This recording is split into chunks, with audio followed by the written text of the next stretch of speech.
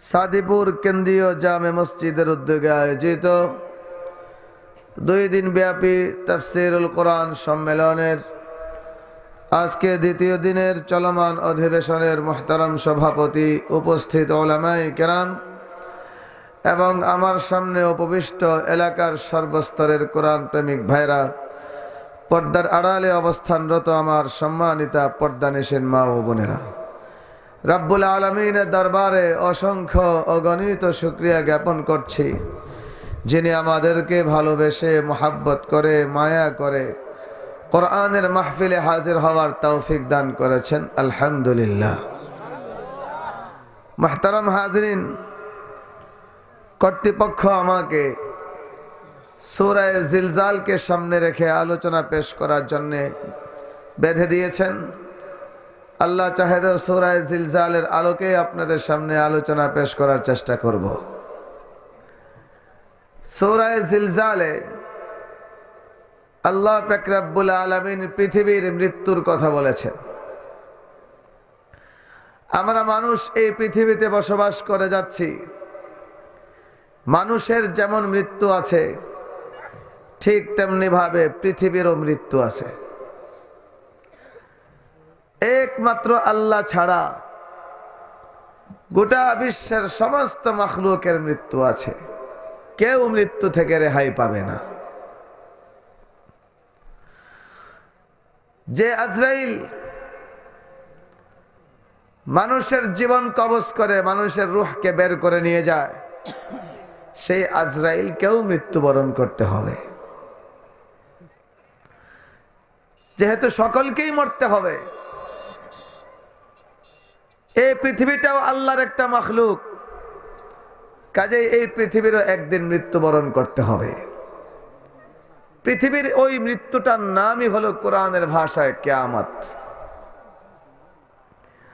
কিয়ামত যে সমস্ত বিশ্বাস অন্তরে গ্রহণ করলে মানুষ ঈমানদার হয়, সেই মৌলিক আকীদার একটা হলো কিয়ামত বিশ্বাস করতে হবে। কেউ যদি কিয়ামত অস্বীকার করে তাহলে তার ঈমান থাকবে না। কিয়ামত বিশ্বাস করতে হবে। এই জন্য রব্বুল আলামিন পবিত্র কোরআনে জায়গায় জায়গায়, বিশেষ করে কোরআনের শেষ দিকে এসে প্রায় প্রতি সূরাতেই কোনো না কোনোভাবে বিভিন্ন বৈচিত্র্যময় ভাষায় আঙ্গিকে রব্বুল আলামিন কিয়ামতের কথা আলোচনা করেছেন। কেন? আমাদেরকে কথার শিক্ষা দেওয়ার জন্যে। হ্যাঁ, পৃথিবীর মানুষ আজকে দুনিয়ায় ধান্দায় পড়ে তোমরা আমাকে ভুলে গেছো। দুনিয়ার ধান্দায় পড়ে চুরি করো, দুনিয়ার ধান্দায় পড়ে ডাকাতি করো, দুনিয়ার লোভে পড়ে আরেকজন মানুষের উপরে জুলুম অত্যাচার করো, দুনিয়ার লোভে পড়ে হালাল হারামের কোনো পার্থক্য তুমি বিচার করো না। রব্বুল আলামিন বলতে চাচ্ছেন এই কথা, যে পৃথিবীর মহাব্বতে তুমি আজকে অন্যায় কাজ করে যাচ্ছ, এই পৃথিবীও কিন্তু থাকবে না। আপনাদের কি বিশ্বাস? পৃথিবী থাকবে না মৃত্যুবরণ করতে হবে?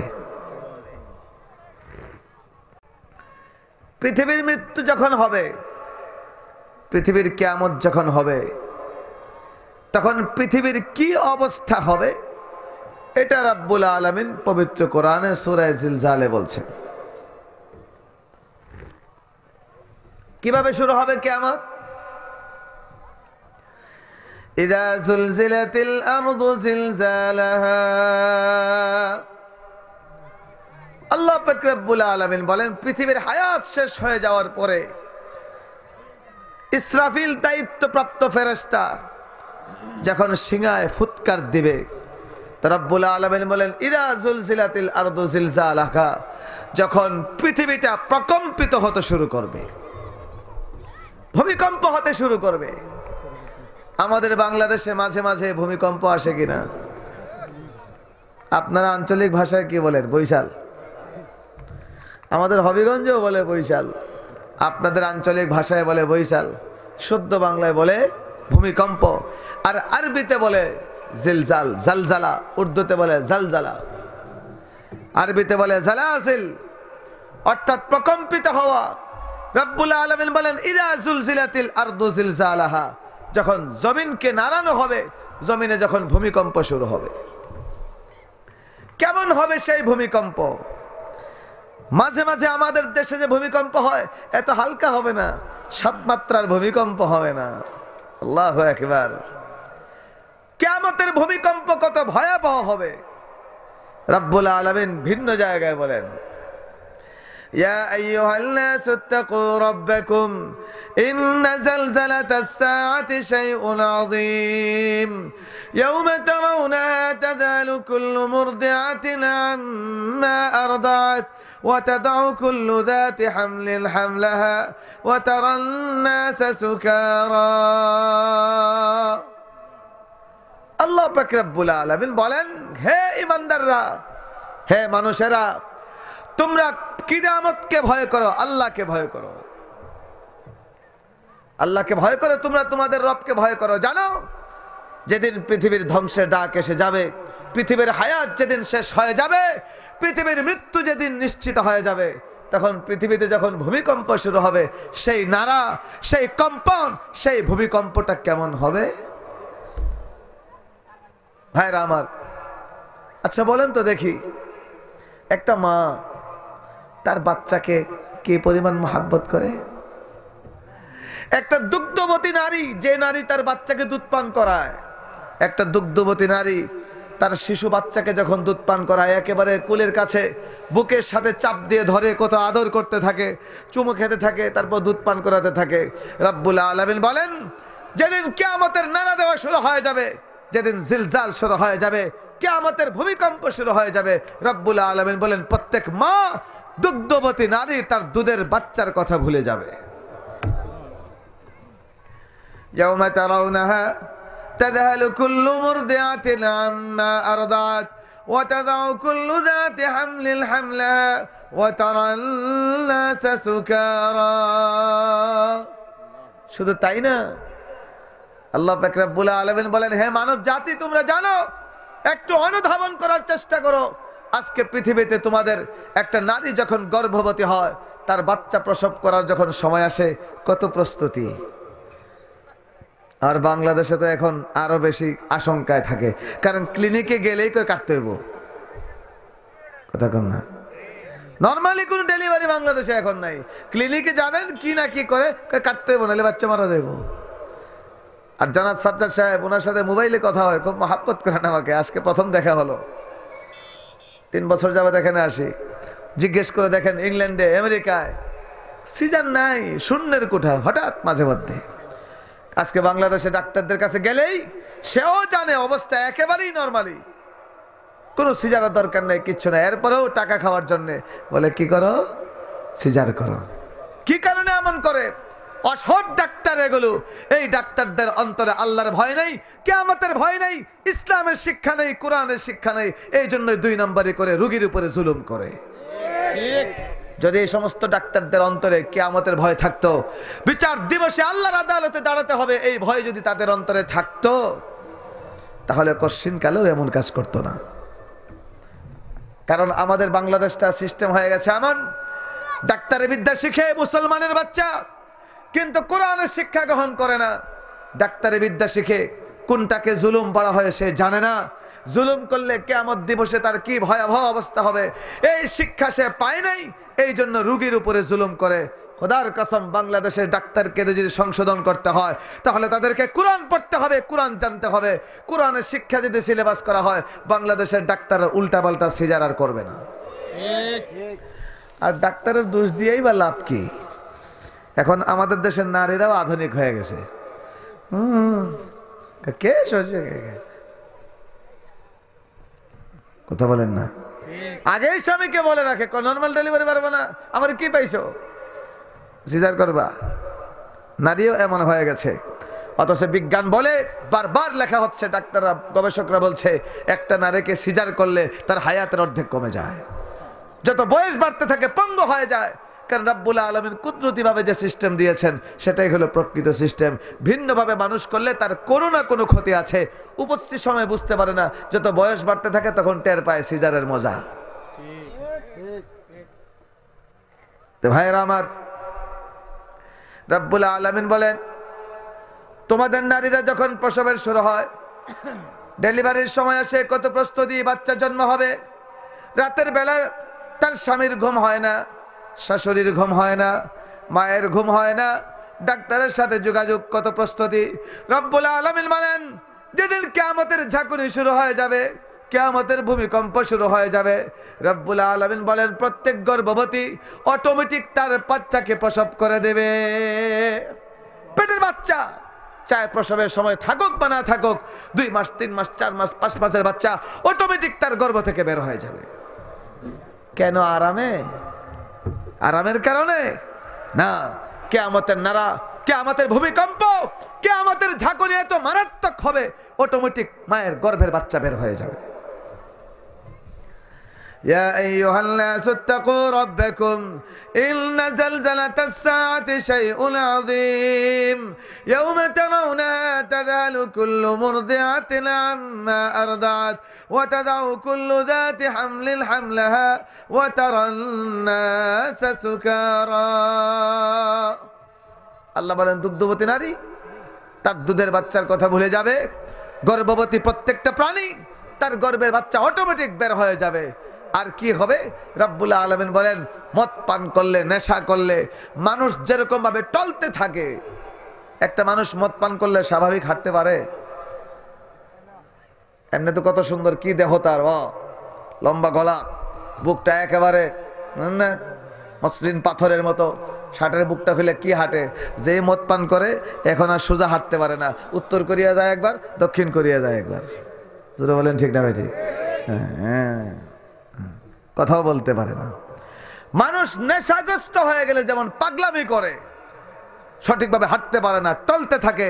রব্বুল আলামিন বলেন, কিয়ামতের ঝাঁকুনি যখন শুরু হয়ে যাবে, মানুষগুলো মাতালের মতো হয়ে যাবে। ও তারান্নাসে সুকারা, আপনি মানুষকে দেখবেন সব নেশাগ্রস্ত হয়ে গেছে, কিন্তু আসলে কি নেশার মতো এমন হবে? রব্বুল আলামিন বলেন, মানুষ মাতালের মতো হয়ে যাবে কিয়ামত দিবসে।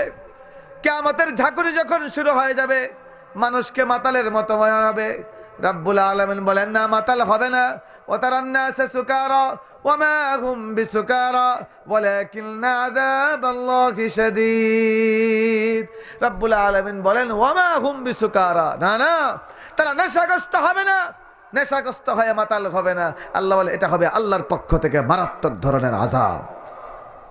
আল্লাহর আযাবের কারণে, কিয়ামতের ঝাঁকুনির ভয়াবহতার কারণে সে মাতালের মতো টলতে থাকবে, হুঁশ থাকবে না, কি বলবে না বলবে। কিয়ামত কেমন মজা ভাইয়ের আমার। আমরা যখন ভূমিকম্প আসে, এই পৃথিবীতে আমরা বসবাস করি, আমরা ঘর থেকে দৌড়ে বের হয়ে যাই, বাচ্চা কাচ্চাকে বের করে নিয়ে আসি। দুনিয়াতেও এমন ঘটনা ঘটেছে, ভূমিকম্প ঝাঁকুনি দিয়েছে, মা তার বাচ্চাকে ফলাই ঘর থেকে বের হয়ে গেছে। আছে না বাংলাদেশে প্রমাণ? হাজার হাজার আছে। যে জীবনেও আল্লাহ উচ্চারণ করে, সে আল্লাহ বলেন ঠিক না? ঠিক। হিন্দু কয় আল্লাহ আল্লাহ, কয় হক মাওলা। জীবনে যে নামাজ পড়ে না, সেও আল্লাহকে ডাকে যখন কিয়ামতের ঝাঁকুনি শুরু হয়ে যায়। তো আমার ভাইরা, এখন অনেকে মনে মনে ভাবতে পারে যে কিয়ামতের ভয়াবহতা যখন শুরু হবে, অসুবিধা কি? পাহাড়ে গিয়ে আশ্রয় নেব, জাফলং চলে যাব, মাধবকুণ্ডে চলে যাব, হিমালয় পর্বতে গিয়ে আশ্রয় নেব। ও আমার ভাইরা, পাহাড়গুলোর কি অবস্থা হবে? সূরা কারিয়া রব্বুল আলামিন বলেছেন এর একটু পরেই, আল কারিয়াতু মাল কারিয়া ওয়া মা আদরাকা মাল কারিয়া ইয়াওমা ইয়াকুনুন নাসু কাল ফারাশিল মাবথুস ওয়া তাকুনুল জিবালু কাল ইহনিল মানফুশ। রব্বুল আলামিন বলেন, কিয়ামতের ঝাঁকুনি যখন শুরু হয়ে যাবে, পৃথিবীর মৃত্যুর সময় যখন হয়ে যাবে, রব্বুল আলামিন বলেন, এই পৃথিবীতে বিশাল বিশাল পাহাড় পর্বত কেমন ভাবে দাঁড়িয়ে আছে। জাফলং এর পাহাড় পর্বত দাঁড়িয়ে আছে, হিমালয় পর্বত দাঁড়িয়ে আছে।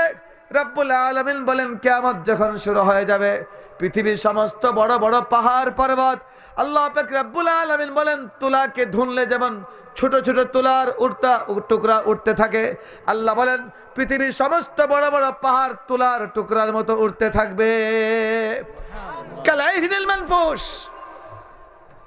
কালাইহিনিল মানফুস, আলাইহিনিল মানফুস বলা হয়। আপনারা দেখবেন লেপ তুষকের দোকানে গেলে পুরান লেপ, পুরান তুষক দিলে ওরা এটা ক্যাশ করে, যে পুরান তুলাগুলোকে বের করে লাঠি দিয়ে আঘাত করে না, এটাকে তুলা ধুনে। এই তুলাকে ধুনার সময় দেখবেন ছোট ছোট টুকরা বাতাসে ওড়ে, ওই ক্ষুদ্র ক্ষুদ্র তুলার টুকরা যেমন বাতাসে উঠতে থাকে, আল্লাহ বলেন কিয়ামতের ঝাঁকুনি যখন শুরু হয়ে যাবে, গোটা বিশ্বের বিশাল বিশাল পাহাড় পর্বতগুলো ওই ধুনা তো তুলার মতো টুকরার মতো উঠতে থাকবে।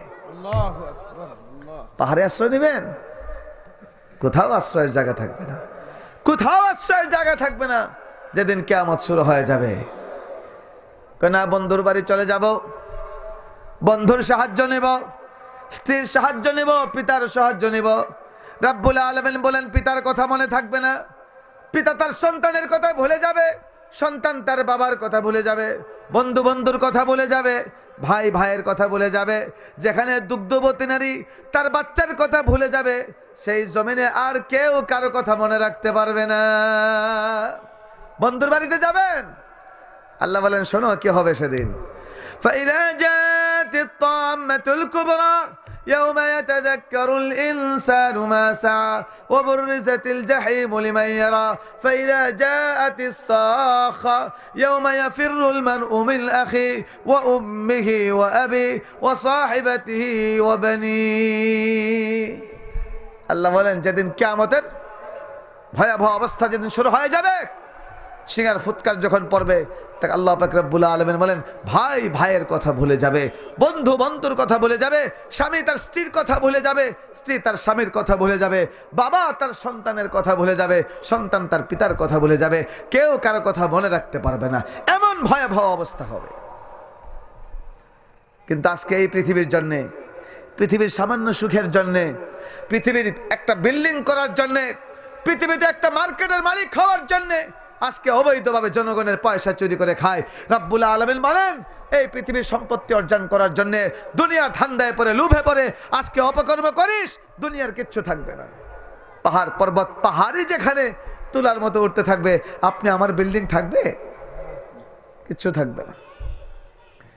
ইযা যুলজিলাতিল আরদু জিলজালাহা ওয়া আখরাজাতিল আরদু আথকালা وقال الإنسان ما لها। ভাইরা আমার, যখন কিয়ামতের ঝাঁকুনি শুরু হবে, ভূমিকম্প শুরু হবে, মারাত্মক ধরনের 7 মাত্রার 8 মাত্রার ভূমিকম্প আসলে আমাদের এই পৃথিবীর জমিনগুলো ফেটে যায় না? ফেটে যায়। কিন্তু কিয়ামতের ভূমিকম্পটা কত ভয়াবহ হবে।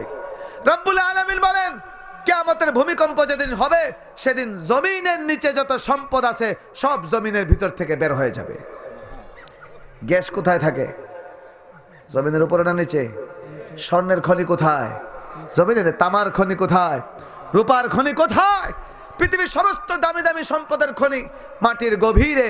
রব্বুল আলামিন বলেন কিয়ামতের ঝাঁকুনি যখন শুরু হয়ে যাবে, জমিনের ভিতর থেকে সমস্ত দামি দামি সম্পদগুলো সব বের হয়ে যাবে। আল্লাহ রাসূল আরো সুন্দর শব্দে ব্যক্ত করেছেন।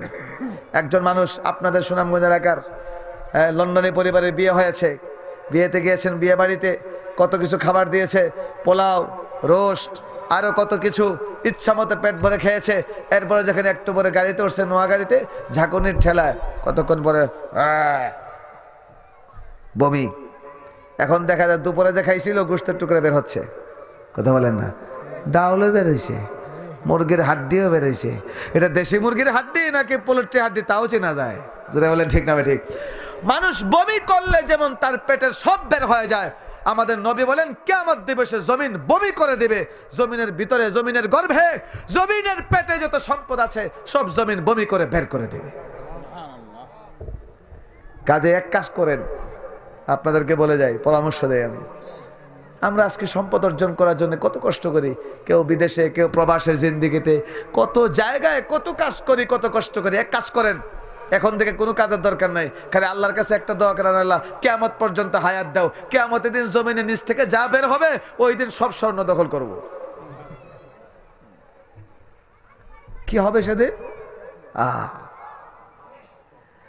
যে জালেমরা স্বর্ণ চুরি করার জন্যে রাস্তাঘাটে গাড়ি আটকায় মানুষ খুন করেছে, যে চোরেরা রাতের আধারে মানুষের ঘরের ভিতর থেকে সম্পদ চুরি করেছে, ওই সমস্ত জালেম যারা সম্পদের জন্য পাশের বাড়ির মানুষটাকে খুন করেছে, আমাদের আল্লাহ বলেন, আমাদের নবী বলেন ওই চোর ডাকাতরা রাস্তা দিয়ে হাঁটবে। একজন মার্ডার কেসের আসামি যখন কিয়ামতের দিবসে জাগবে, জমিনের নিচ থেকে সমস্ত সম্পদ বের হয়ে গেছে, কেউ সম্পদের দিকে তাকায় না, সবাই শুধু দৌড়ায় ইয়া নাফসি, নিজেকে রক্ষা করা দরকার। আর চিৎকার করে বলবে, এই স্বর্ণের জন্য আমি মানুষ খুন করেছিলাম, এই সম্পত্তির জন্য আমি মার্ডার করেছিলাম, এই সম্পত্তির লোভে পরে আমি রাস্তায় গাড়ি আটকায় ডাকাতি করেছিলাম, হায় হায় এই সম্পত্তির তো আজকে কোনো মূল্য নেই। হায় চিৎকার করবে মানুষ। ওয়াকালাল ইনসানু মা লাহা, রব্বুল আলামিন বলেন, জমিন যখন তার নিচ থেকে সমস্ত সম্পত্তিকে বের করে দেবে, মানুষ তখন চলবে, দৌড়াইতে থাকবে আর বলবে, ওয়াকালাল ইনসানু মা লাহা, কি হয়ে গেল, জমিনের কি হলো আজকে? জমিনের ভিতর থেকে সব একেবারে বের হয়ে গেছে, কি হলো জমিনের? মানুষ বলে, মা লাহা, কি হলো জমিনের? কত ধান্দা করলাম, এক ভরি স্বর্ণ জোগাড় করতে পারলাম না, কত চুরি ডাকাতি পারলাম, 20 ভরি স্বর্ণ জমা করতে পারলাম না, বিয়ে বাড়িতে গিয়ে ঝগড়া করলাম সামান্য স্বর্ণের জন্য, আজকে জমিনের ভিতর থেকে একেবারে সমস্ত সম্পদ বের হয়ে গেছে, কি হলো জমিনের? মা লাহা। মানুষ বলবে, পাগলের মতো দৌড়াবে আর বলে, কি হলো, কি হলো, কি হলো? কেউ সম্পত্তি দখল করবে না, সম্পত্তি ধান্দা কেউ থাকবে না, কারণ ভয়াবহ আযাব আর জমিনে নড়া শুরু করেছে, পাহাড় পর্বত উঠছে, আসমানে তারকারাজি খসে পড়ছে, আসমানে সূর্য পড়ছে, চন্দ্র পড়ছে, কারো কোনো হুঁশ থাকবে না, সব ধ্বংস হয়ে একেবারে একাকার হয়ে যাবে, জমিনের কিছুই থাকবে না, গোটা জমিন তামাক হয়ে যাবে, সব ধ্বংস হয়ে যাবে। কুল্লু মান আলাইহা ফান ওয়া ইয়াবকা ওয়াজহু রাব্বিকা যুল জালালি ওয়াল ইকরাম। রব্বুল আলামিন বলেন, কুল্লু মান আলাইহা ফান, জমিনের উপরে যত বিল্ডিং আছে, জমিনের উপরে তোমার বিশাল অট্টালিকা আছে, জমিনের উপরে বিশাল মার্কেট আছে, জমিনের উপরে বিশাল বিশাল পাহাড় আছে, রব্বুল আলামিন বলেন, কুল্লু মান আলাইহা ফান, সব ফানা ফানা হয়ে যাবে, সব ধ্বংস হয়ে যাবে, একমাত্র থাকবেন কে? আল্লাহ। এখানে কুল্লু মান আলাইহা, এখানে হাজে জমির সর্বনাম, এই জমিরটা হলো জমিনের দিকে, জমিনের দিকে, অর্থাৎ আল্লাহ বলছেন জমিনের সব ধ্বংস হয়ে যাবে। এই আয়াত নাজিল করার পরে আসমানের ফেরেশতারা খুব খুশি হয়ে গেছে, জমিন ধ্বংস হবে, তাহলে তো আমাদের কিছু হবে না, আমরা তো আকাশে থাকি, জানেন না, আমরা তো আকাশে থাকি। ফেরেশতারা খুব আনন্দিত হয়ে গেছে, মনে হয় আমাদের কিছু হবে না, মানুষ মারা যাবে, জিন্নাত মারা যেতে পারে, বিল্ডিং, মানুষের বিল্ডিং, আমাদের ফেরেশতাদের কিছু হবে না। কিন্তু এরপরে আল্লাহ যখন আয়াত নাজিল করলেন, ونفخ في الصور فصعق من في السماوات ومن في الأرض إلا من شاء الله ثم نفخ فيه أخرى فإذا هم قيام ينظرون। رب العالمين বলেন, ونفخ في الصور فصعق من في السماوات ومن في الأرض। আল্লাহ পাক রব্বুল আলামিন বলেন, সিংহায় যখন ফুৎকার দেওয়া হবে, ইসরাফিল যখন সিংহায় ফুৎকার দেওয়া হবে, আল্লাহ বলেন জমিনবাসীও ধ্বংস হয়ে যাবে, আসমানবাসীও ধ্বংস হয়ে যাবে। তখন সমস্ত ফেরেশতারা কিয়ামতের ভয়ে প্রকম্পিত হয়ে গেলেন, তাদের অন্তরে ভূমিকম্প শুরু হয়ে গেছে। হায় হায়, মনে করেছিলাম জমিনবাসী ধ্বংস হবে, আমাদের মনে হয় কিছু হবে না, এবার দেখা যায় না, সব ধ্বংস হয়ে যাবে, কেউ বাঁচতে পারবে না, সব মারা যাবে, সকল ফেরেশতা মারা যাবে। ইমাম বুখারী রাহমাতুল্লাহ আলাইহি আদাবুল মুফরাদে লিখেছেন, 4 জন ফেরেশতা বাকি থাকবেন। কে কে? জিব্রাইল, মিকাইল, ইসরাফিল, আজরাইল। আল্লাহ আজরাইলকে জিজ্ঞেস, আজরাইল কি অবস্থা, পৃথিবীর আমার মাখলুকাতদের কি অবস্থা? আজরাইল বলবে, আল্লাহ সব ধ্বংস হয়ে শেষ, সবাই মারা গেছে, বেঁচে আছি আমরা 5 জন, আপনি আর আমরা 4 জন ফেরেশতা। রব্বুল আলামিন বলবেন, আমার বিধান একমাত্র আমি বেঁচে থাকব, সমস্ত মাখলুককে মৃত্যুবরণ করতে হবে, তোমাদেরকেও মৃত্যুবরণ করতে হবে। হে আজরাইল, এবার শুরু করো, তোমরা সম্মানিত 4 জন ফেরেশতা বেঁচে আছো, একে একে সবার জীবনটাকে তুমি কবজ করো, সবার রূহটাকে তুমি কবজ করে নাও। এরপর আজরাইল একে একে জিব্রাইল, মিকাইল, ইসরাফিল তাদের রূহটাকেও বের করবেন। আবার আল্লাহ জিজ্ঞেস করেন, আজরাইল কি খবর? এবার আজরাইল বলবে, আল্লাহ এবার শুধুমাত্র আপনি আর আমি বেঁচে আছি, গোটা বিশ্বের সমস্ত মাখলুক মারা গেছে, সবাই শেষ।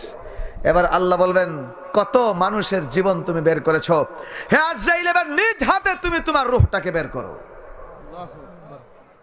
কি ভয়াবহ অবস্থা! আজরাইল যখন তার রূহটাকে বের করবেন, চিৎকার করবেন আল্লাহর কাছে, আল্লাহ মৃত্যু যে এত কষ্ট, রূহ বের করা যে এত কষ্ট, যদি আমি আগে বুঝতে পারতাম, অনুধাবন করতে পারতাম, নিজে তো আর অনুধাবন করি নাই, তাহলে তোমার প্রিয় বান্দাদের রূহটাকে কবজ করার সময় আরেকটু আরাম দেওয়ার চেষ্টা করতাম। কি ভয়াবহ অবস্থা হবে ও আমার ভাইরা!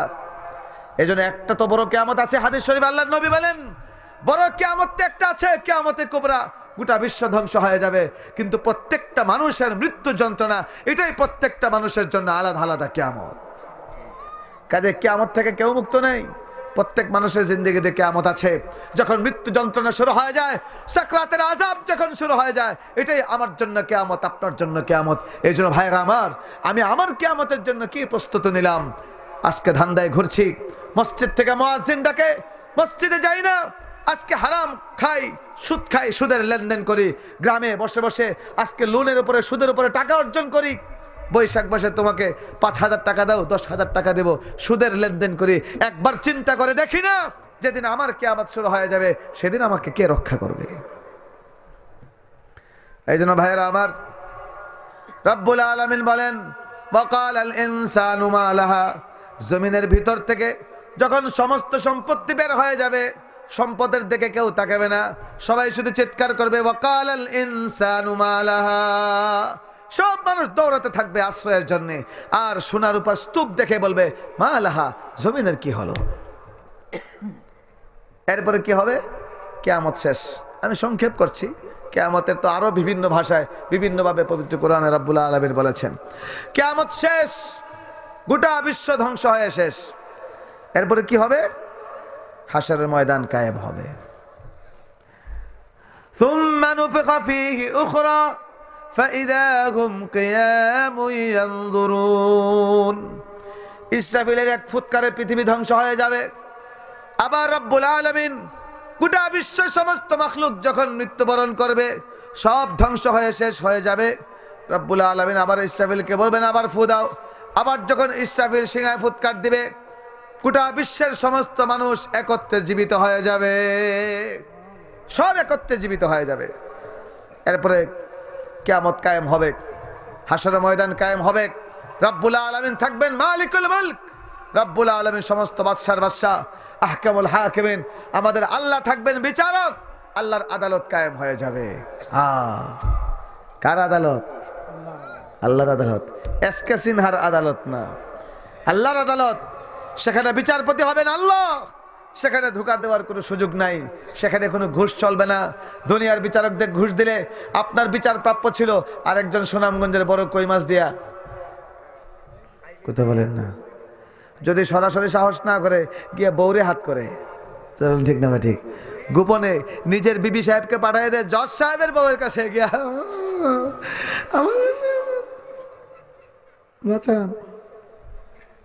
এই জায়গা বড় দুর্বল জায়গা, সবাই ধরা খায় এখানে, জোরে বলেন ঠিক না ঠিক, রাজা বাদশাহ সব ধরা খায় এখানে।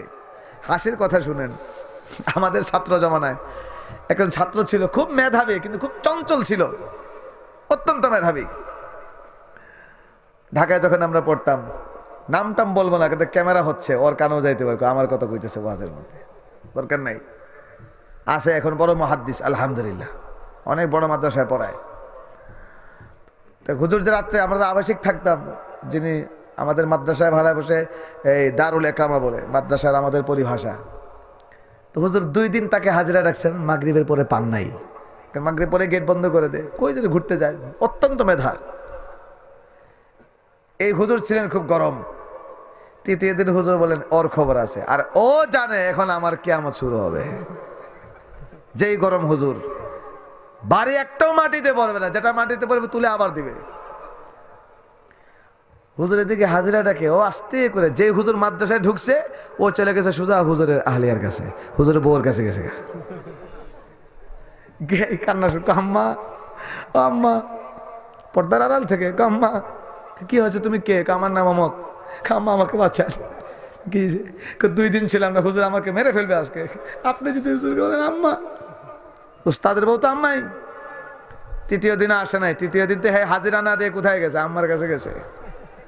হুজুর তো হাজিরা রেখে এমন খেপা খেপছে, ওর আর মাদ্রাসা রাখা যাবে না, ওর খবর আছে। হুজুর হাজিরা ডেকে যে বাড়িতে গেছে, যাই শুনে আম্মা আমার কাছে আসছিল, আমি সুপারিশ করছি আপনি মারবেন না। পরের দিন আবার হুজুরের হাজার টাকার সময় ওর নাম যখন আসছে, কালকে কই গেছিলি? তুই তো হোম মিনিস্টারের কাছে গেছিস। এখন আমার তো ওয়াদা করে ছাড়ছে, তুই তো বড় মারাত্মক। তবে আমিও এই ওয়াদার উপরে ওয়াদা দিছি যে দ্বিতীয়বার কোনোদিন তোমার কাছে সুপারিশ করার জন্য আসলে সুপারিশ করতে পারবো না। ঠিক আছে, আজকে প্রথম আসছে ছাত্র, খুব মায়া লেগেছে, আপনি মারবেন না ওকে। এই জায়গায় তো সবাই ধরা খায়, জোরে বলেন ঠিক না ঠিক? হ্যাঁ, কিন্তু ভাইরা আমার, দুনিয়ার জজের বউ আছে, বউকে হাত করে বিচার উল্টা পাল্টা করা যায়, ঘুষ দিয়ে উল্টা পাল্টা করা যায়। আল্লাহর আদালতে কোনো ঘুষ চলবে না। আর আল্লাহর তো কোনো স্ত্রী নাই। আল্লাহর স্ত্রী আছে যে হাত করবে? আল্লাহর কোনো স্ত্রী আছে? আল্লাহর কোনো স্ত্রী নাই। হ্যাঁ, তবে আল্লাহর একজন বন্ধু আছে। আল্লাহর ওই বন্ধুকে যদি রাজি খুশি করতে পারেন, তাহলে ওই বন্ধুর সুপারিশ রব্বুল আলামিন গ্রহণ করবেন। তিনি হলেন মুহাম্মদুর রাসূলুল্লাহ সাল্লাল্লাহু আলাইহি সাল্লাম। নবীর সুপারিশ গ্রহণ করা হবে। শুধু তাই না, আল্লাহর আরো বন্ধু আছে। হাফেজে কোরআন আল্লাহর বন্ধু, প্রকৃত ঈমানদার আল্লাহর বন্ধু। এদেরকে যদি সঙ্গে থাকতে পারেন, তাহলে এদের সুপারিশ গ্রহণ করবেন। যদি বলেন ঠিক না ঠিক? ভাইরা আমার, শিশু বাচ্চাদের সুপারিশ রব্বুল আলামিন মা বাবার জন্য গ্রহণ করবেন। হাফেজে কোরআনের সুপারিশ গ্রহণ করবেন। উলামায়ে কেরাম ওয়ারাসাতুল আম্বিয়া, তাদের সুপারিশ রব্বুল আলামিন গ্রহণ করবেন। যেমনি ভাবে রব্বুল আলামিন নবীর সুপারিশকে গ্রহণ করবেন। ছোট বাচ্চাদের যারা মাসুম অবস্থায় মারা গিয়েছে, বাচ্চা জন্ম হয়েছে আপনার সাবালক হওয়ার আগে, যাদের বাচ্চা মারা যায়, উপস্থিত বাচ্চার মায়া লাগবে, কান্নাকাটি করবেন, চোখের পানি পড়বে, এটা সুন্নত, চোখের পানি। তবে মনে মনে হতাশ হওয়ার কিছু নাই। এটাই হবে আমার আখিরাতের পুঁজি। আমার একটা শিশু বাচ্চা মারা গিয়েছে, ইনশাআল্লাহ পরকালে আল্লাহর আদালতে ওই নাবালেগ বাচ্চা আমার যে মারা গিয়েছিল, সে আল্লাহর আদালতে সুপারিশ করবে। এমনও হবে, হাদিস শরীফে আছে, এবারত বলতে পারবো না এখন। অনেক লোকের জাহান্নামের ফয়সালা হয়ে যাবে, নেকির পাল্লা পুরা হয় না। আল্লাহ ফেরেশতাদেরকে বলবেন যাও জাহান্নামে নিয়ে যাও। ফেরেশতারা রওনা হবে জাহান্নামের দিকে যাওয়ার জন্য। হঠাৎ করে দেখা যাবে ছোট বাচ্চা একটা এসে আটকাইছে। কই যাও? আমার বাবাকে নিয়ে কোথায় নিয়ে যাচ্ছ? ফেরেশতারা বলবে জাহান্নামে, আল্লাহর অর্ডার, নিতে হবে। না, আমি আমার পিতাকে জাহান্নামের আগুনে নিতে দেব না। ফেরেশতারা থমকে দাঁড়াবে। আল্লাহকে ফেরেশতারা বলে, আল্লাহ তুমি যে বান্দাকে জাহান্নামে নিতে বলেছো, তার শিশু বাচ্চা আমাদেরকে রাস্তা রুদ্ধ করে রেখেছে, আমাদেরকে যেতে দেয় না, রাস্তা বন্ধ করে রেখেছে। রব্বুল আলামিন বলবেন জিজ্ঞেস করো কি চায়। এই ছেলে আল্লাহর কাছে বলবে, আল্লাহ কেন আমার পিতাকে জাহান্নামের আগুনে দাও? রব্বুল আলামিন বলবেন তোমার পিতার নেকির পাল্লা পুরা হয় নাই, তার নেকির পাল্লা পুরা না হওয়ার কারণে তাকে আমি জাহান্নামের আগুনে পাঠিয়ে দিচ্ছি।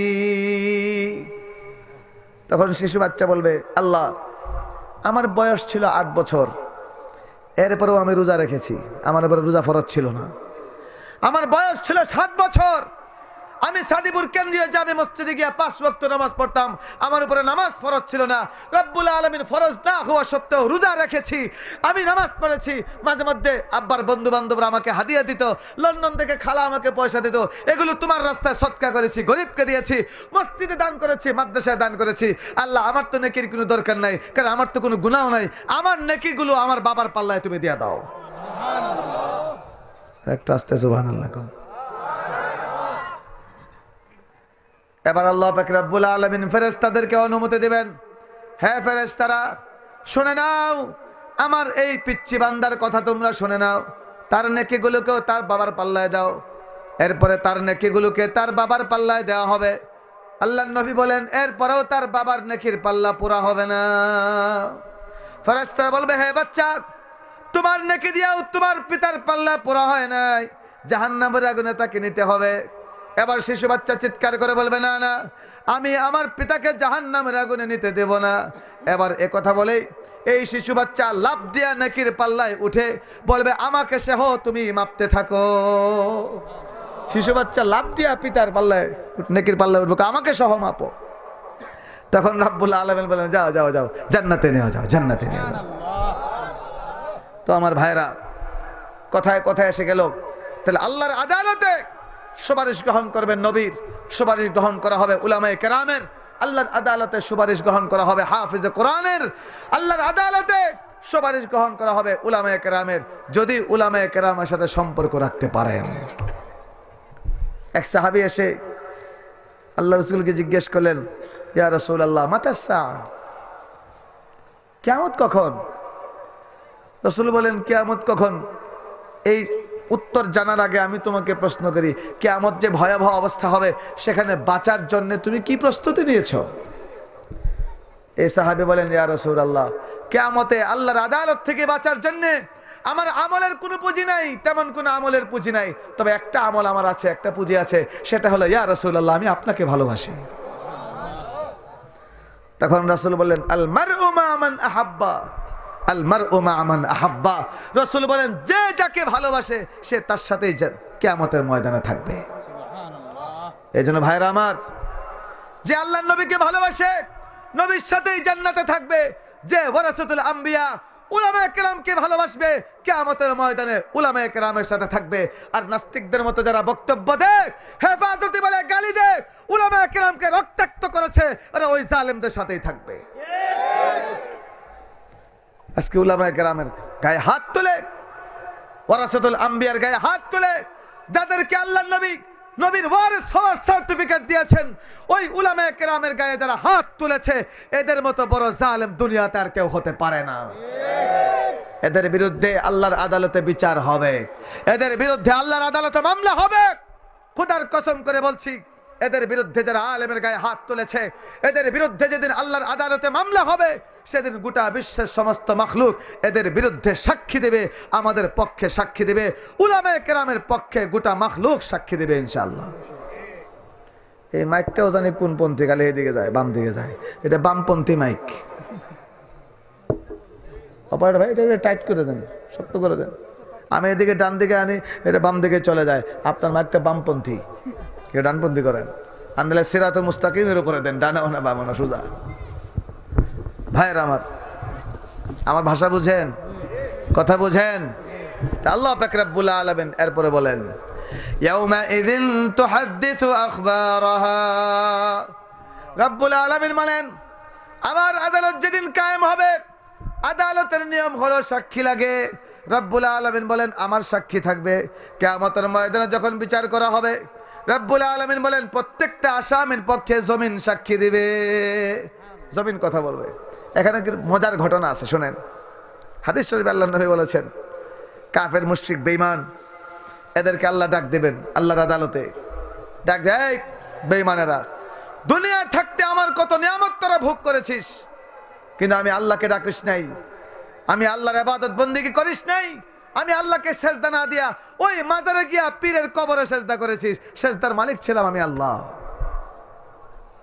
দুনিয়াতে আমাকে বিশ্বাস করিস নাই, এক আল্লাহ মানুষ নাই, লাত উজ্জা মানাতের পূজা করেছিস, আরো কত দেবদেবীর পূজা করেছিস। কেন? যারা দুনিয়ায় থাকতে আল্লাহকে অস্বীকার করেছে, শিরিক করেছে, একেবারে বেমালুম সরাসরি অস্বীকার করবে, না আল্লাহ সব মিথ্যা অভিযোগ, দুনিয়ায় থাকতে খালি তোমার ইবাদত করছি। সত্য না মিথ্যা? সম্পূর্ণ মিথ্যা। কিন্তু রব্বুল আলামিন রাগ করবেন না, কারণ আদালতের নিয়ম, বিচারক যদি রাগ করে ন্যায় বিচার করতে পারবে না। আল্লাহ রাগ করবেন না, আল্লাহ ধৈর্য, বিচারকের ধৈর্যশীল হতে হয়। পক্ষপাতিত্ব করলে ন্যায় বিচার করা যায় না, ঠিক না বেঠিক? স্বজন প্রীতি করলে ন্যায় বিচার করা যায় না, নিজের দলের টাট টানলে আদালতে বসে ন্যায় বিচার করা যায় না। আল্লাহ পাক রব্বুল আলামিন আহকামুল হাকিমিন, আল্লাহ ইচ্ছা করলে, আল্লাহ সব জানেন, আলিমুল গায়ব। এরপরে আদালতের সিস্টেম হলো সাক্ষী লাগবে। আল্লাহর আদালতে আল্লাহ সিস্টেমের অনুসরণ করবেন। অনুসরণ তো আল্লাহর ক্ষেত্রে বলা যায় না, সোজা কথা সিস্টেম দাঁড় করাবেন রব্বুল আলামিন। কি সিস্টেম? এরা যখন অস্বীকার করবে, কই না আমরা তোমার ইবাদত বন্দেগী করেছি, দুনিয়ায় থাকতে শিরিক করি নাই, কুফরি করি নাই, তোমার বিরুদ্ধে যাই নাই, একমাত্র তোমার ইবাদত বন্দেগী দুনিয়ায় থাকতে করেছি। এই কথা যখন বলবে, রাব্বুল আলামিন বলবেন আমার সাক্ষী আছে। আল্লাহ কি বলবেন? আমার সাক্ষী আছে। আসলে বলবে কি সাক্ষী? মাশাআল্লাহ, কি সাক্ষী? তখন রাব্বুল আলামিন ফেরেশতাদেরকে বলবেন, এই কিরামান কাতিবিন, নিয়ে আসো বিশাল বলো ডায়েরি, দস্তাবেজ, চার্জশিট। আদালতে চার্জশিট লাগে, আল্লাহ বলে চার্জশিট আনো। ফেরেশতারা আনবে, আল্লাহ ফেরেশতাগুলো খুলো তার সামনে। যখন তার সামনে খোলা হবে, আল্লাহু আকবার, দুনিয়া থাকতে কোন দিন কোন জায়গায় মদ পান করেছে, কোন দিন গাঁজা পান করেছে, কোন জায়গায় জিনা করেছে, কোন বাজারে বসে রাতের অন্ধকারে গভীর রজনীতে তাস খেলেছে, সব প্রকাশ হয়ে যাবে। কোন জায়গায় দেবদেবীর পূজা করেছে, কোন জায়গায় লাত উজ্জা মানাতের পূজা করেছে, কোন কবরে গিয়ে সেজদা করেছে, সব বের হয়ে যাবে। ফেরেশতা আসেনি? লেখেনি? কিরামান কাতিবিন ইয়ালামুনা মা তাফআলুন লাহু মুআক্কিবাতুম মিন বাইনি ইয়াদাইহি ওয়া মিন খালফিহি ইয়াহফাযুনা মিন আমরিল্লাহ। রাব্বুল আলামিন বলেন, প্রত্যেকটা মানুষের ডানে বামে ফেরেশতা রেখেছি। তাদের সওয়াব, তাদের নেক কাজের কাজ, তাদের গুনাহ সবগুলো লেখার জন্য কিরামান কাতিবিন ইয়ালামুনা মা তাফআলুন, কিরামান কাতিবিন ফেরেশতা আমি সৃষ্টি করেছি, সব গুনাহ লেখে। আবার আমাদেরকে হেফাজত করার জন্য ফেরেশতাও আল্লাহ রাখছেন আলাদা আলাদা। ফেরেশতারা যখন ডায়েরি খুলে দেখাবে, তখন এই কাফের মুশরিক বেঈমান আসামিরা আল্লাহর আদালতে বলবে, কে আল্লাহ, এগুলো সব আমাদের বিরুদ্ধে মিথ্যা অভিযোগ। কি বলবে? মিথ্যা অভিযোগ, আমরা কিছু করি নাই, এগুলো সব মিথ্যা, আমাদের উপরে মিথ্যা মামলা করা হয়েছে, মিথ্যা অভিযোগ, আমরা এগুলো করি নাই। তখন রাব্বুল আলামিন বলবেন আমার আরো সাক্ষী আছে। তারপরে কি সাক্ষী? তখন রাব্বুল আলামিন সাদিপুরের জমিনকে বলবেন, জগন্নাথপুরের জমিনকে বলবেন, সুনামগঞ্জের জমিনকে বলবেন, হবিগঞ্জের জমিনকে বলবেন, বাংলাদেশের জমিনকে বলবেন, জাপানের জমিনকে বলবেন, হে জমিন তুই একটু কথা কও। আল্লাহু আকবার। যেই মাত্র আল্লাহ জমিনকে হুকুম করবেন, জমিন কথা বলতে শুরু করবে। আল্লাহ অমুক দিন বাজারের উপরে দাঁড়ায় দাঁড়াইয়া আমার পিঠের উপরে বসে বসে তোমার বান্দা দেবদেবীর পূজা করত, তোমাকে অস্বীকার করত, আমার পিঠের উপরে বসে বসে তাস খেলতো, আমার পিঠের উপরে বসে বসে মদ পান করত, আমার পিঠের উপরে বসে বসে নারী ধর্ষণ করত। জমিন কথা বলতে থাকবে। এই কথাই আল্লাহ বলতেছেন, ইয়াউমা ইদিন তুহাদ্দিসু আখবারাহা। রব্বুল আলামিন বলেন, কিয়ামতের ময়দান, হাসরের ময়দান, আল্লাহর আদালতের ময়দান যেদিন কায়েম হবে, রব্বুল আলামিন বলেন, ইয়াউমা ইদিন তুহাদ্দিসু আখবারাহা। জমিনের উপরে কি ঘটেছে সমস্ত সংবাদ সে পাঠ করতে থাকবে। যখন জমিন কথা বলতে থাকবে, দুনিয়ায় তার জমিন কথা বলে না, বলে? ভাইরা আমার, এই জন্য জমিনে নেক কাজ করার চেষ্টা করবেন। এই যে আমরা এখানে আজকে কোরআনের মাহফিলে বসেছি, কিয়ামতের ময়দানে এই জমিনটাও সাক্ষী দিয়ে বলবে, আল্লাহ তোমার এই বান্দারা আমার উপরে বসে বসে তোমার জিকিরের মাহফিলে হাজির হয়ে, কোরআনের মাহফিলে হাজির হয়ে কোরআনের তাফসীর শুনেছিল, জমিন সাক্ষী দিবে। মসজিদে আমরা নামাজ পড়ি, মসজিদের জমিন সাক্ষী দিবে। এই জন্য নিয়ম হলো মসজিদে এক জায়গায় নামাজ পড়বেন না। উলামায়ে কেরাম বলেন, এর নিয়ম হলো এক এক দিন এক এক জায়গায় নামাজ পড়া। ফরজ যদি এই জায়গায় পড়েন, সুন্নত আরেক জায়গায় পড়েন, নফল আরেক জায়গায় পড়েন। আজকে জোহর নামাজ এখানে পড়েছেন, মাগরিবের নামাজ আরেকটা জায়গায় পড়েন। কেন? সাক্ষীর সংখ্যা বৃদ্ধি করেন, সাক্ষীর সংখ্যা বৃদ্ধি করেন। নেক কাজও বিভিন্ন জায়গায় করতে হয়।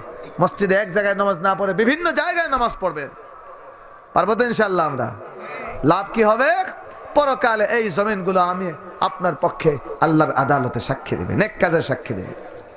এখন জমিন যখন কথা বলবে, এটা বেঈমান কাফের, তখন সরাসরি আল্লাহকে অ্যাটাক করবে, বলবে আল্লাহ দুনিয়ায় থাকতে জানতাম মানুষ জাদু করে, আল্লাহ তুমিও যে জাদু জানো এটা তো জানতাম না। বলবে আল্লাহ জমিন কথা বলে যে জাদু, আল্লাহ তুমিও জাদু করো। আল্লাহকে বলবে আল্লাহ জাদু করে, নাউযুবিল্লাহি মিন যালিক। আল্লাহ তো সুযোগ দিচ্ছেন, আল্লাহর আদালত। যেই মাত্র বলবে আল্লাহ এটা জাদু, জমিন কথা বলতে পারে না, পৃথিবীতে কোনোদিন জমিনের কথা শুনি নাই, আজকে জমিন কথা বলে যাচ্ছে, এটা সম্পূর্ণ জাদু, আল্লাহ তুমিও জাদু জানো। তখনই রব্বুল আলামিন বলবেন, এই আমার দেওয়া জবান পেয়ে, যেই জবানটা আমি আল্লাহ দিয়েছিলাম, আমার পাওয়া জবান পেয়ে আজকে আমাকে জাদু করে বলিস, এতক্ষণ পর্যন্ত যথেষ্ট বলেছিস, এই শোন এখন থেকে তোর জবান বন্ধ। এখন জবান আল্লাহ বন্ধ করে দেবেন। এবার তার নিজের অঙ্গ প্রত্যঙ্গ তার বিরুদ্ধে সাক্ষী দিবে, তার হাত সাক্ষী দিবে।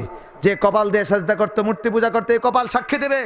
যে পাটাকে ব্যবহার করে যাত্রাপালার গানে গিয়েছে, সিনেমা হলে গিয়েছে, এই পা তার বিপক্ষে সাক্ষী দিবে। যে হাত দিয়ে আরেকটা মানুষকে অন্যায়ভাবে আঘাত করেছে, এই হাতটা তার বিপক্ষে সাক্ষী দিবে। কোথায় আছে? কোরআনে আছে না নাই? اليوم نختم على أفواههم وتكلمنا أيديهم وتشهد أرجلهم بما كانوا يكسبون। রব্বুল আলামিন বলেন, আমি اليوم نختم على أفواههم, তাদের জবানটাকে বন্ধ করে দেব, সিল মেরে বন্ধ করে দেব, সিলগালা করে দেব, জবান দিয়ে আর কথা বলতে পারবে না। রব্বুল আলামিন বলেন, তখন তার পা, তার হাতগুলো, তার পাগুলো, তার অঙ্গ প্রত্যঙ্গগুলো আমার বিরুদ্ধে সাক্ষী দিতে থাকবে, আমার কাছে তার বিরুদ্ধে সাক্ষী দিতে থাকবে। মুহতারাম হাজিরিন, আমার কথা বুঝেন? আমার কথা শুনতে পাচ্ছেন আপনারা? তাহলে এই হাত পা কথা বলবে কিনা? আর জোরে বলেন। ও আমার যুবক ভাইরা, কাজে আল্লাহর দেওয়া এই অঙ্গ প্রত্যঙ্গগুলো ব্যবহার, আল্লাহর দেওয়া এই অঙ্গ প্রত্যঙ্গের ব্যবহারের ক্ষেত্রে আমাদেরকে সতর্ক হতে হবে, সতর্কভাবে থাকতে হবে। আজকে এই হাতটা কোন কাজে ব্যবহার করছি? আজকে এই হাত দিয়ে আমরা জুলুম করি। আমরা এই দৃষ্টি শক্তি দিয়া মসজিদের রাস্তা দেখি না, পিতামাতার চেহারা দেখি না, এই চোখটাকে ব্যবহার করে আমরা সারাদিন সারা রাত এক হজরত মোবাইল আমাদের পকেটে আসে, এই মোবাইলের স্ক্রিনে ফেসবুকে আমরা তাকিয়ে থাকি, হ্যাঁ, উলঙ্গ নারীদের চেহারা দেখি, সুন্দর সুন্দর নারীদের চেহারার দিকে তাকিয়ে থাকি। ও আমার ভাইরা, আল্লাহর নবী বলেছেন, পিতামাতার চেহারা যদি কেউ মুহাব্বতের নজর দিয়ে তাকায়, কবুল হজের সওয়াব পাওয়া যায়। আজকে পিতার চেহারা দেখে না, মায়ের চেহারাকে মুহাব্বত দিয়ে তাকায় না। আজকে বেহায়াপনা, অন্যান্য নারী এদের চেহারার দিকে তাকায়। আর এখন তো আরেকটা আমদানি হয়েছে বাংলাদেশে, 14ই ফেব্রুয়ারি বিশ্ব লুচ্চা দিবস। বলেন ঠিক না? ঠিক, লুচ্চামির এক দিবস আমদানি করা হয়েছে আমাদের বাংলাদেশে। জোরে বলেন আছে না নাই? বিশ্ব ভালোবাসা দিবসে যে ভালোবাসা হয়, এটা অবৈধ ভালোবাসা, কারণ এই ভালোবাসার কোনো লাইসেন্স নাই। কথা কয় না? ভালোবাসা দুই প্রকার, একটা আল্লাহর পক্ষ থেকে আর একটা ইবলিসের পক্ষ থেকে। আল্লাহর পক্ষ থেকে যে ভালোবাসা, এটা লাইসেন্স লাগে, লাইসেন্স ছাড়া চলে না। আদমকে সৃষ্টি করার পরে রব্বুল আলামিন আদমের পাঁজরের হাড় থেকে মা হাওয়াকে সৃষ্টি করলেন। হঠাৎ করে একদিন আদম দেখেন তার সামনে একজন নারী বসা। আস্তে আস্তে দেখতে দেখতে আকর্ষণ সৃষ্টি হয়েছে। যেই ধরতে যাবেন, আল্লাহ বলে, আদম তোমার জন্যই তৈরি করেছি, স্পর্শ করতে পারবে না, আগে লাইসেন্স করো। সেই লাইসেন্সের নাম কি? মোহর দিয়ে বৈধভাবে বিয়ে করতে হবে, তারপরে ভালোবাসার লাইসেন্স। লাইসেন্স কি তো ভালোবাসার আল্লাহ পাক রব্বুল আলামিনের পক্ষ থেকে হয়। এটা আল্লাহর রহমতের নিদর্শন। ومن آياته أن خلق لكم من أنفسكم أزواجا لتسكنوا إليها وجعل بينكم مودة ورحمة। রব্বুল আলামিন বলেন, স্বামী স্ত্রীর মাঝে যে ভালোবাসা, রব্বুল আলামিন বলেন আমাকে চেনার জন্য যতগুলো নিদর্শন আছে, রব্বুল আলামিন বলেন তার মাঝে একটা নিদর্শন হলো তোমরা স্বামী স্ত্রীর পরস্পর ভালোবাসা। স্বামী স্ত্রীর যে ভালোবাসা, এটা লাইসেন্স আছে, এটা আল্লাহর পক্ষ থেকে হয়। আর শয়তানের পক্ষ থেকে বিশ্ব ভালোবাসা দিবসে 14ই ফেব্রুয়ারি পার্কে পার্কে, রমনা পার্কে, অমুক পার্কে যে ভালোবাসা হয়, এটা লাইসেন্স নাই। এটা কার পক্ষ থেকে আসে? ইবলিসের পক্ষ থেকে। ভাইরা আমার, যে কোম্পানির লাইসেন্স নাই, যে কোম্পানির লাইসেন্স থাকে না, এই কোম্পানির প্রোডাক্ট বাজারে নিলে বিক্রি হয়। এই কোম্পানির প্রোডাক্ট বাজারে গেলে মানুষ কি কয়? 2 নাম্বার। কয় নাম্বার? বাজারে বিকে না। পুলিশ দেখলে মামলা করে, পুলিশের দৌড়াইনে খাইতে হয়, বাজার ছেড়ে দোকান ছেড়ে পালাতে হয়। ঠিক তেমনি ভাবে মানুষ স্বামী স্ত্রীর ভালোবাসা, যেটা লাইসেন্সের মাধ্যমে সুন্নাত মোতাবেক মোহরের মাধ্যমে যে বিবাহ শাদী হয়, এই সন্তান জন্ম নেওয়ার পরে এই সন্তানের সামাজিকভাবে মূল্য থাকে। এই সন্তানকে সবাই মায়া করে, মহাব্বত করে, ভালোবাসে। আকিকার মাধ্যমে ধুমধাম করে ফুর্তি করা হয়। আর বিশ্ব ভালোবাসা দিবসের নামে লাইসেন্স ছাড়া যে ভালোবাসা হয়, এই ভালোবাসার মাধ্যমে যে সন্তান জন্ম হয়, এই সন্তানের সামাজিক কোনো মূল্য থাকে না। এই সন্তান যায় কুকুরের পেটে, এই সন্তান পাওয়া যায় ডাস্টবিনে, এই সন্তান পাওয়া যায় ডাইনে। কেন? যেই ভালোবাসার মাধ্যমে এই সন্তানটা এসেছে ওই ভালোবাসার বৈধ কোনো লাইসেন্স ছিল না। আজকে বিদেশ থেকে আমদানি করা হয়েছে, আমেরিকা থেকে, ইংল্যান্ড থেকে, বিজাতীয়দের দেশ থেকে বিশ্ব ভালোবাসা দিবসের নামে বেহায়াপনা আমদানি করে আমাদের যুব সমাজ, আমাদের যুবতী সমাজ, মুসলিম মিল্লাতকে ধ্বংস করার জন্য আমদানি করা হয়েছে। ও আমার যুবক ভাইয়েরা, যারা বিশ্ব ভালোবাসা দিবসে গিয়া অবৈধভাবে দৃষ্টিশক্তি ব্যবহার করে, আল্লাহর দেওয়া জবান ব্যবহার করে, আল্লাহর দেওয়া হাত অঙ্গ প্রত্যঙ্গে ব্যবহার করে অবৈধভাবে যারা ভালোবাসা করে, কিয়ামতের ময়দানের প্রত্যেকটা অঙ্গ প্রত্যঙ্গ সাক্ষী দেবে। তো ভাইয়েরা আমার, বলতেছিলাম তাহলে কিয়ামত দিবসে জমিন কথা বলবে না? يومئذ تحدث أخبارها بأن ربك أوحى لها يومئذ يصدر الناس أشتاتا ليروا أعمالهم فمن يعمل مثقال ذرة خيرا يره ومن يعمل مثقال ذرة شرا يره রব্বুল আলামিন বলেন, হাসরের ময়দান যখন কায়েম হবে, সমস্ত মানুষকে রব্বুল আলামিন দলে দলে হাজির করবেন। সমস্ত মানুষ পঙ্গপালের মতো দলে দলে হাজির হতে থাকবে, সমস্ত মানুষ উপস্থিত হয়ে যাবে। রব্বুল আলামিন বলেন, জানো মানুষগুলোকে কেন হাজির করা হবে? প্রত্যেকটা মানুষ যেন তার কর্মফল দেখতে পারে। যারা পৃথিবীতে, দুনিয়াতে সামান্যতম অনেক কাজ করেছে, সামান্যতম ভালো কাজ করেছে, রব্বুল আলামিন বলেন সামান্য ভালো কাজের ফলাফল সে দেখতে থাকবে। সামান্য অনেক কাজ করেছে, 1 টাকা সদকা করেছে, 1টা পয়সা দান করেছে, একজন মানুষ বুঝা উঠাতে পারে না, গাড়িতে উঠায় দিছে, রাস্তা চলতে গিয়া একটা ইটের চাকা পড়ে আছে, যে কোনো মানুষ পায়ে ব্যথা পেতে পারে, সেটা সরাই দিছে। একেবারে নিম্নমানের, একেবারে ছোট থেকে ছোট কোনো নেক কাজ করলো, সেটার ফলাফল পরকালে হাসর ময়দানে প্রত্যেকটা মানুষ নিজ চোখে দেখতে থাকবে। ঠিক তেমনি ভাবে ফামাইয়া আমাল মিসকালা যাররাতিন শাররান ইয়ারা, রব্বুল আলামিন বলেন দুনিয়ায় থাকতে যারা খারাপ কাজ করবে, সামান্য খারাপ কাজ, বাজারে গিয়ে একজন মানুষকে গালি দিয়েছে, রাস্তায় চলতে গিয়ে, কলেজের সামনে গিয়ে একটু দেখে না, তাকায়নি। আমি ঢাকায় রামপুরা বাসে টিভি সেন্টারটার সামনে জাম লেগেছে, তো একজন মানুষ আমার পাশের সিটে বসা, রিক্সায় আরো 2 লোক, সম্ভবত তার বন্ধু সার্কেলের কেউ হবে, বন্ধু হবে। তো ওই রিক্সা যে বসা, সে তাকিয়ে আছে আর একজন সুন্দরী রমণীর দিকে, এই যে চাইছে এখন রিক্সা ধাক্কা লাগবে না কিলা, কোনো হুঁশ নাই, তাকিয়ে আছে। তা বাসের ভিতর থেকে তার বন্ধু বলছে, কি দেখিস, হুঁশ আছে? কথা কইস না, আল্লাহ নিয়ামত দিয়েছে, দেখতে হবে না? নাউজুবিল্লাহ কর, আর একটু জোরে বলে নাউজুবিল্লাহ, আরো জোরে বলে নাউজুবিল্লাহ। প্রত্যেকটা নিয়ামত ব্যবহারের উপযুক্ত জায়গা আছে, ভিন্ন জায়গায় নিয়ামত ব্যবহার করতে তো আল্লাহ বলেন নাই। টাকা পয়সা তো আল্লাহর নিয়ামত, কিন্তু টাকা পয়সা দিয়ে সিনেমা দেখা জায়েজ, টাকা পয়সা দিয়ে জুয়া খেলা জায়েজ, টাকা পয়সা দিয়ে মদ পান করা জায়েজ, এই টাকা পয়সা দিয়ে সুদের লেনদেন করা কি জায়েজ? তা টাকা পয়সা তো আল্লাহর নিয়ামত, নিয়ামত পাইলেই ভিন্ন জায়গায় ব্যবহার করলে এটা জুলুম হয়। তো আমার ভাইয়েরা, আমাদেরকে সতর্ক থাকতে হবে। আল্লাহ বলেন দুনিয়ায় থাকতে সামান্য গুনার কাজ করলো, তার ফলাফল দেখতে থাকবে। আল্লাহ নবী চমৎকার করে হাসর ময়দানের অবস্থা বর্ণনা করেছেন। 2 পাপী, এক পাপী আল্লাহর সামনে যাবে, হাজির হবে। আল্লাহ বলতো নেকি বের কর, খুঁজতে খুঁজতে খুঁজতে খুঁজতে তার মাত্র 1টা নেকি আছে, আর কোনো নেকি নাই। কয়টা নেকি? আর কোনো নেকি নাই, 1টা নেকি আছে। আল্লাহ বলে 1 নেকি দিয়ে জান্নাত পাবি না, যা।